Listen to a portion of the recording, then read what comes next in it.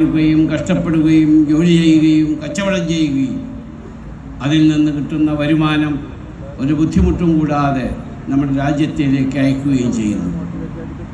നമ്മളിവിടെ വരുവാനും കച്ചവടം ചെയ്യുവാനും അതിൽ നിന്ന് കിട്ടുന്ന വരുമാനം ഒരു ബുദ്ധിമുട്ടും കൂടാതെ നമ്മുടെ രാജ്യത്തിലേക്ക് അയക്കാനും സാഹചര്യവും അതിനാണ് കരുണയും ചെയ്തു തരുന്ന ഈ രാജ്യത്തിലെ ഭരണാധികാരികൾക്ക്, ഗൾഫ് രാജ്യങ്ങളിലെ ഭരണാധികാരികൾക്ക്, പ്രത്യേകിച്ച് യുഎഇയുടെ ഭരണാധികാരികൾക്കും അള്ളാഹു ഖൈറും ബർക്കത്തും റഹ്മത്തും ഇസ്സത്തും സമ്പത്തും സമാധാനവും ഈ രാജ്യത്തിന് ഇനിയും പുരോഗതിയും ഉണ്ടാകട്ടെ എന്ന് നമ്മളെല്ലാവരും പ്രാർത്ഥിക്കേണ്ടിയിരിക്കുന്നു.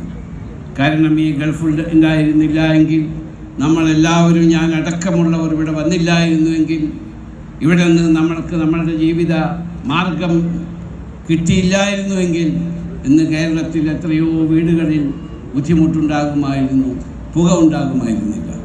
ആയതുകൊണ്ട് ഈ ഭരണകർത്താക്കൾക്ക്, ഈ രാജ്യങ്ങൾക്കും ഇനിയും അല്ലാഹു ഖൈറും ബർക്കത്തും റഹ്മത്തും സമ്പത്തും ഇസ്സത്തും പ്രദാനം ചെയ്യട്ടെ എന്നുകൂടി പ്രാർത്ഥിക്കുന്നു. നമ്മുടെ മലയാളികൾ